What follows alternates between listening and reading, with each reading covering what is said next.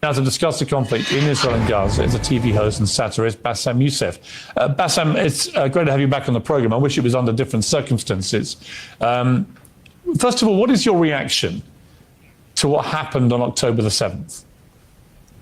Oh, it was terrible, of course. I mean, we kind of get our news kind of also secondhand because, you know, my wife's family, they live in Gaza. They have cousins and uncles there. And their house also was bombed. We haven't been able to communicate with them for the past 3 days. Communication are lost. So we don't know actually what is the how are they doing, but you know, we're used to that. I mean, it's just like it's very repetitive. We're used to that. We're used to them being bombed every time and moving from one place to the other. You know, it's just like those Palestinians. They're very dramatic. Israel killing us. But they never die. I mean, they always come back. You know, they're very difficult to kill, very difficult people to kill. I know because I'm married to one. I tried many times, couldn't kill her. I mean, there's a dark humor there, and I understand why. Because no, it's not dark humor. I try to get to her every time, but she uses our kids as human shields. I can never take her out. Again, I understand the humor, but to be serious, Bassem, about this.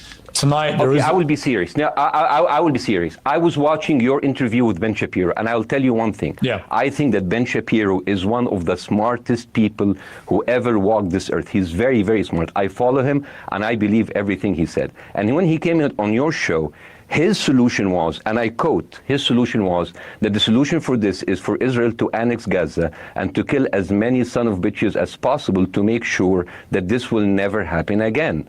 And anyone who called for a ceasefire will be a terrorist sympathizer. So God forbid, I don't want to be labeled as a terrorist sympathizer. So I agree with Ben Shapiro. I think we should kill as many son of bitches as possible. Well, let me, so far, but Bassem, so far 3,500 people were killed, including 5,000 son of bitches in the bombing of the Baptist hospital as we speak right now. 1/3 of those 3,500 were children. So my question to Ben Shapiro is, how many more son of bitches do we need to kill so Ben Shapiro is happy? Okay, because it changes Bassem, from 1 year. It changes from one. I'm sorry that.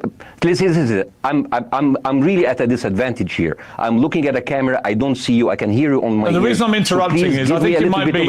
I think you're conflating different interviews with Ben Shapiro. He didn't use the phrase "sons of bitches" with me. Let me play to you what he actually said on my. He did. Go back to your interview. No, he didn't. That was another interview. But let me play what he said to me here.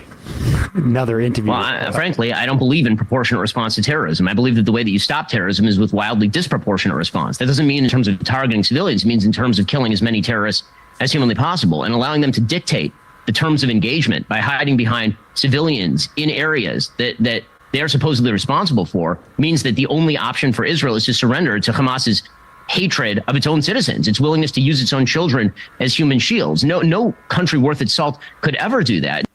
Now that is substantively different to what you said he said, right? He's talking there specifically about Hamas terrorists. I agree with him. The thing is, the question is, what is a proportionate response? Because it has been different from one tier to another. So if you look to this graph, for example, this is the death of Israeli and Palestinians, and it's changing from 1 year to year. It's like fluctuating like crypto. So my question is today, what is the going rate today for human lives? I mean, 2014 was a great year for Ben Shapiro. 88 Israelis were died, and there was 2,329 Palestinians killed on the other side. That is one Israeli for 27 Palestinians. That is a very good exchange rate. What I'm saying is, what is the exchange rate for today? You guys will be happy. That's my question. Well, it's not me, guys. I'm not on either side. No, not you. Like when I say you guys, I say like people on the other side of that. I know that you don't think like that, Piers. You're one of the good guys. But let me tell you something. I mean, the reason that I'm using this is that, I mean, I can't remember what happened in 2014. And there was no music festival, but there must be something. I mean, they must do something. It is their fault. It has to be something. I mean, 2018, 300 Palestinians died. Who's counting, you know? So the thing is, what my question is, let's find what is the exchange rate for human life today so we expect the future death of Palestinians and we'll be happy to it. My response to that would be this, Bassem. I've thought carefully about this because I think it's very tricky for people like me to immerse ourselves into a conflict where we're not directly involved. And I thought carefully about what I feel about this. I feel that the scale of what Hamas did on October the 7th supersedes anything else I've seen in this conflict, really ever.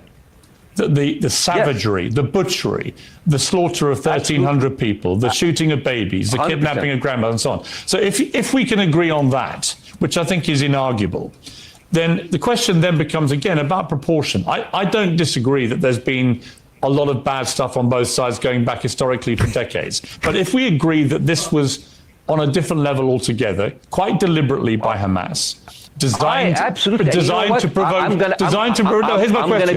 Let me ask you a question. And the question, because you raised it earlier about proportion. I honestly don't know what the proportionate response is.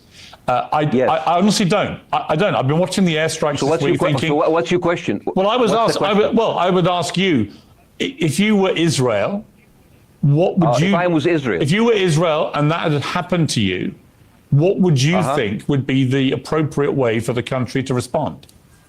I would do exactly like Israel did, kill as many people as possible, since the world is letting me do it. I mean, I can do it because I can, you know. But the thing is, you know what, I agree with you. And you know what, I'm going to be even ahead of you, because I see the question coming. Do you condemn Hamas for the atrocity? Yes, I condemn Hamas. I condemn Hamas. Hamas is the source of all evil. They're the reason for everything. And you know what? Let's, for a minute, imagine a world without Hamas. Right. What will this word look like?